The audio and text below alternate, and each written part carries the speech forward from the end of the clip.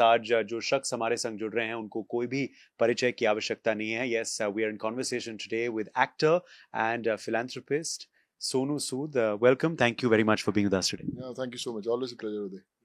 Let me begin by just talking. आज का जो विषय है बहुत ही अहम है. अप्लाई बोर्ड का जो भव्य इवेंट हो रहा है, आप काफी टाइम से उनके संग जुड़े हुए हैं और शिक्षा आपके लिए बहुत अहम है. आप शिक्षा के क्षेत्र में भी बहुत काम कर रहे हैं. I think accessibility is very important और वो भी अप्लाई बोर्ड कर रहा है. इस वजह से ये मेल बैठा. देखिए, मेरे मदर खुद एजुकेशन बैकग्राउंड से प्रोफेसर है और हमेशा उन्होंने एक चीज़ कही कि शिक्षा अगर आप किसी को दे सको तो उससे बेहतर कोई चीज़ नहीं हो सकती. और जो लोग भी शिक्षा की दुनिया में नाम कमाना चाहते हैं उनको सही गाइडेंस होनी बड़ी ज़रूरी है. सो ये सब जो चीज़ें हैं आपके करियर के अंदर जहाँ पर भी आपको जिस मोड़ तक लेके जाती हैं वो डिसाइड करता है कि आप पहला कदम किसके साथ रखते हैं और किसका हाथ थामते हैं. सो जब मैं अप्लाई बोर्ड के बारे में जब मुझे पता चला था तो सबसे पहले जो कमाल की चीज़ वो लगी कि जब हमने पढ़ाई की थी और हम लोग सोचते थे कि यार किस दिशा में जाना है, अगर अब किसी बड़ी कॉलेज में किसी दूसरे देश में जाके पढ़ाई करनी है तो किसको पकड़ें, कौन हमें बताएगा, तो हमेशा एक बहुत बड़ा क्वेश्चन मार्क रहता था. और मुझे लगता है कि अप्लाई बोर्ड से वो सब चीज़ें जो हैं बहुत अलाइन हो गई हैं. ये मैनूवर करके आपको आपके लक्ष्य तक लेके जाते हैं और वो मुझे लगता है बहुत कमेंडेबल है. और काफी जॉइंट वर्क भी क्या हो रहा है सोनू सूद फाउंडेशन और अप्लाई बोर्ड के जरिए. आपका फाउंडेशन भी काफी सालों से अब काम कर रहा है अलग क्षेत्रों में इंक्लूडिंग शिक्षा क्षेत्र. तो जॉइंट एफर्ट्स भी काफी चल रहे हैं. ऑफ कोर्स आइडिया वही है कि जब बहुत सारे लोग मुझे अप्रोच करते हैं जो पढ़ना चाहते हैं, so we also try to filter कि कौन से जेन्युइन लोग हैं जो पढ़ सकें. कई बार आप किसी को हेल्प तो करते हैं पर पता लगता है कि वो आगे तक उसको कंटिन्यू नहीं रख सकता, तो हमें वो फिल्टर करना बड़ा इंपॉर्टेंट है. और दूसरी चीज़ ये है कि जब आपको पता है कि जब आप हैंडलिंग करते हैं किसी स्टूडेंट की और आप किसको बताते हैं कि भैया आगे इसको कैसे लेके जाना है, तो वो बड़ा क्रेडिबल चाहिए, क्रेडिबिलिटी वैसी चाहिए कि बता सके. सो हम लोगों ने मिलके बहुत ऐसे स्टूडेंट्स आइडेंटिफाई किए, उन्हें उनकी दुनिया तक पहुंचाने की कोशिश की है. सो आई फील कहीं ना कहीं ऊपर वाला जब आपसे अच्छे काम करवाता है तो खुद ब खुद आपको उन लोगों से जोड़ देता है जिनका लक्ष्य एक ही होता है. एंड आई थिंक हमारा मकसद लक्ष्य एक है और साथ में मिलके सफर लंबा है लेकिन जारी जरूर रहेगा. पूछना होगा, बचपन की यादें ताज़ा हो रही हैं. जैसे आप बता रहे थे कि आपकी माँ भी इस क्षेत्र से जुड़ी हुई हैं. तो how were you as a student? Sonu Sood the छात्र कैसे थे? सोनू सूद छात्र बहुत फोकस था. मैं ये नहीं कहूँगा कि मैं स्कूल या कॉलेज में टॉप करता था, but I was good. Mother professor थे इसलिए पढ़ाई तो ज़रूरी थी. एक ही था कि ज़िंदगी में जो भी करना है लेकिन पढ़ाई ज़रूरी है, इसलिए इंजीनियर भी बन पाए. लेकिन हाँ ये ज़रूर था कि क्योंकि मेरे मदर ने इतने शहरों के शहर पढ़ा दिए उन्होंने. उनके अभी भी मैं जब जाता हूँ पंजाब या कहीं पे भी अब्रॉड भी जाता हूँ तो बहुत सारे ऐसे स्टूडेंट मिलते हैं जो बोलते हैं कि हम प्रोफेसर सरोज सूद से पढ़े हुए हैं. तो बड़ा गर्व महसूस होता है. और जब घर में ही ऐसा गाइड हो तो मुझे नहीं लगता कि ज़िंदगी में आप गलती खा सकते हैं. So I think she was the one mentor who help me reach where I am today. जब पहला रिएक्शन था जब आपने उनको कहा कि नहीं अब मैं ये मॉडलिंग और एक्टिंग लाइन की तरफ अब बढ़ना चाहता हूँ, तो क्या कहा उन्होंने? She was all set. He said कि अगर तो मुझे पता है कि तू जो भी करता है पूरा मेहनत से करता है, फोकस से करता है, तो इंजीनियरिंग की है. और अगर तुझे लगता है कि तुझे उसमें खुशी मिलेगी तो just go and give you 100%. कहीं वहाँ पे कमी नहीं रहनी चाहिए तेरी मेहनत के अंदर. तो आई थिंक वो जो उनका विश्वास था पेरेंट्स का, मदर फादर का, कि ये कर लेगा, वो विश्वास ने मुझे मुंबई में कितनी भी मुश्किलें आई उसने हमेशा मुझे तैयार रखा. I was always on my toes कि I have to make my parents proud. And I think that's what help me survive all these years. School से जुड़ा हुआ एक और सवाल मैं पूछना चाहता हूँ कि कितनी अब खुशी होती है आपको कि आपकी जो किताब है वो भी बहुत ही स्कूल्स तक पहुंच गई है, बहुत ही बच्चों तक पहुंच गई है. बड़ा इंस्पायरिंग था, जब मुझे पता चला, करीबन 7,000 स्कूल्स तक किताब पहुंची। वो वहाँ वहाँ इंटीरियर्स आप आंध्रा, तेलंगाना, यूपी, बिहार कहीं पे भी बात करें जहाँ पे लोगों ने सुना भी नहीं होगा गाँव में, वहाँ पे भी वो किताब पहुंची। तो मुझे लगता है कि अगर पूरी उस किताब का जो सफ़र रहा है, उससे अगर एक भी हम जिंदगी बदल पाएं या किसी को मोटिवेट कर पाएं, प्रेरित कर पाएं अच्छा करने के लिए, तो आई थिंक वो एफर्ट जो थी वर्थ थी।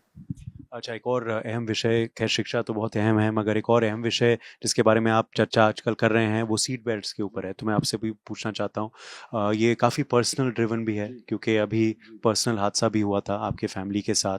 तो ये विषय आपके लिए इतना अहम क्यों बन गया? देखिए, मुझे लगता है कि हम अपनी ज़िंदगी की भागदौड़ में लगे रहते हैं। करियर बनाना है, फिल्म्स करनी है, चैनल में काम करना है, हर चीज़ करते हैं हम लोग। हर रोज़ सुबह एक प्लानिंग करके घर से निकलते हैं, पर आप विश्वास मानिए, एक छोटा सा एक फ्रैक्शन ऑफ ए सेकंड होता है जब ज़िंदगी बदल देता है, ना सिर्फ आपकी, आपके साथ जुड़े हुए जितने लोग होते हैं उनकी ज़िंदगी। और हम कई बार ग्रांटेड ले लेते हैं कि यार हम बैठे हैं तो कुछ नहीं होगा। पीछे वाले तो, मैं आज भी जब मैं सड़क पे चलता हूँ तो मैं पीछे वाले को नोटिस करता हूँ सीट बेल्ट पहनी। और विश्वास कीजिए, सुबह मैं जब मुंबई से निकला और जब मैं यहाँ पे दिल्ली में यहाँ पे पहुंचा हूँ, मुझे पीछे कोई भी सीट बेल्ट डाला नहीं दिखाई दिया, विच इज़ वेरी अनफॉर्चुनेट। सो मुझे लगता है पहनना जरूरी चाहिए, क्योंकि अगर कोई भी ऐसा हादसा होता है तो पीछे वाले को ज्यादा चोट लगती है। लोग ये भूल जाते हैं कि अरे आगे वाला बैठा, उसको पीछे वाले को ज्यादा चोट मिलती है, क्योंकि जितनी स्पीड पे गाड़ी लगती है उसके पास ट्रैवल करने का डिस्टेंस ज़्यादा होता है और उतनी स्पीड पे उसकी चोट लगती है। सो ये तो शुरुआत है।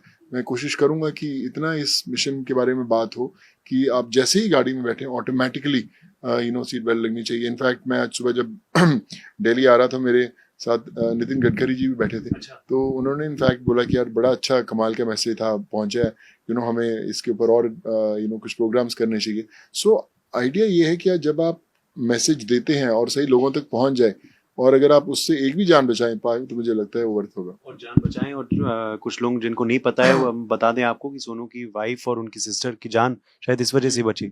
बिल्कुल, इनफैक्ट अभी जो नागपुर में हादसा हुआ था उसमें मेरी वाइफ थी, मेरा नेव्यू था, मेरी सिस्टर इन लॉ थी, और उन्होंने सीट बेल्ट पहना हुआ था। और काफ़ी यू नो सीरियस एक्सीडेंट था, लेकिन वो बच इसलिए पाए क्योंकि सीट बेल्ट पहनी थी।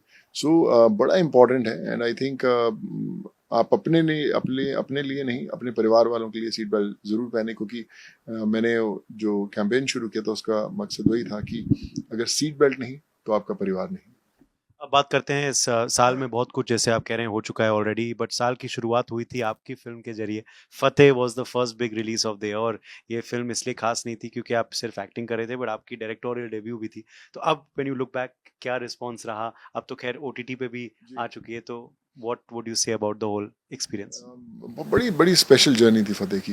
OTT across all OTT platform number 1 trending पे रही है, one of the most watch film रही है in last 1 month. So I feel very blessed, honoured and humbled कि जो मेरी पहली फिल्म थी उसको इतना प्यार मिला है।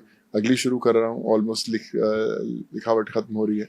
सो मज़ा आएगा, and I think all that I have learned as an actor in all these years, now it's time to play an actor director in that.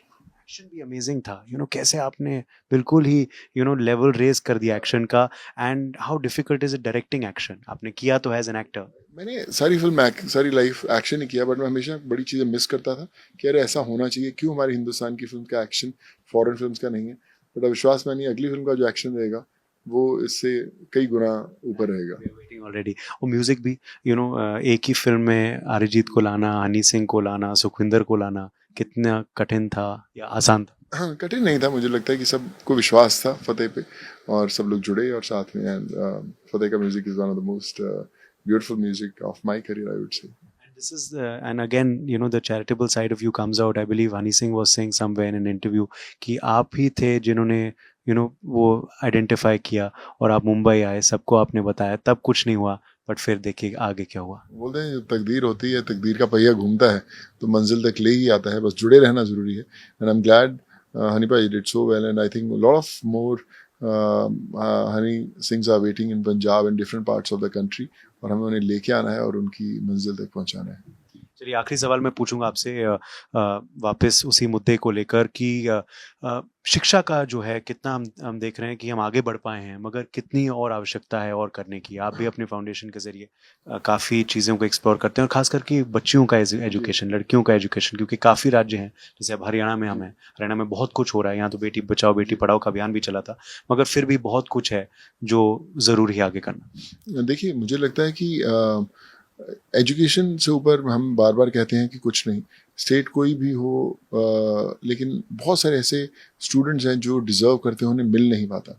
तो ना ये सिर्फ सरकार की जिम्मेदारी नहीं, हर एक इंडिविजुअल की जिम्मेदारी है, हर स्कूल कॉलेज एक काम करने वाले की जिम्मेदारी है कि कोई ना कोई बच्चे को पढ़ाए, उसे गाइड करे, जो भी उसकी क्षमता है उस तरीके से अवेयरनेस बढ़ाए, मोटिवेट करे, परिवारों में, मोहल्लों में, अपने ज़िला में, तालुका में, जहाँ पे भी कर सकते हैं, उसको इतना मोटिवेट करें और इतना मैसेज हो कि लोगों को पता हो कि बच्चों को पढ़ाना ही है, कैसे भी घर बेचें, गाड़ी बेचें, कुछ भी, लेकिन बच्चा पढ़ना ज़रूरी है। सो आई थिंक वो अगर जुनून आ जाएगा, वो बड़ा इंपॉर्टेंट है। हम अच्छे लोग बर्थडे पार्टी सेलिब्रेट करते हैं, शादियों में खूब खर्चा करते हैं, तो मुझे लगता है कि हर शादी पे अगर बड़ा बंदा हो के यार चल हर शादी में मैं 100 बच्चों को पढ़ाऊंगा, 10 बच्चों को पढ़ाऊंगा, एक बच्चे को पढ़ाऊंगा, तो आई थिंक वो एक बहुत कमाल की प्लेज होनी चाहिए जो हमें हर किसी को लेनी चाहिए। अच्छा ख्याल है on to leave it on and to and the interview on, but lighter note पूछना पड़ेगा, जब भी आप आते हैं हरियाणा पंजाब की तरफ तो वो पुराने दिन याद आ जाते हैं अभी भी? बिल्कुल आते हैं, यहीं से शुरुआत की थी ज़िंदगी की, वही सड़कें हैं, वही लोग हैं। तरक्की बहुत हो गई है, बट जो अपनापन है उसकी खुशबू अलग होती है। चलिए उम्मीद करते हैं ये अपनापन बने रहे, और बहुत बहुत शुक्रिया हमारे संग जुड़ने के लिए, and we are eagerly awaiting for your next. Thank you so much, God bless.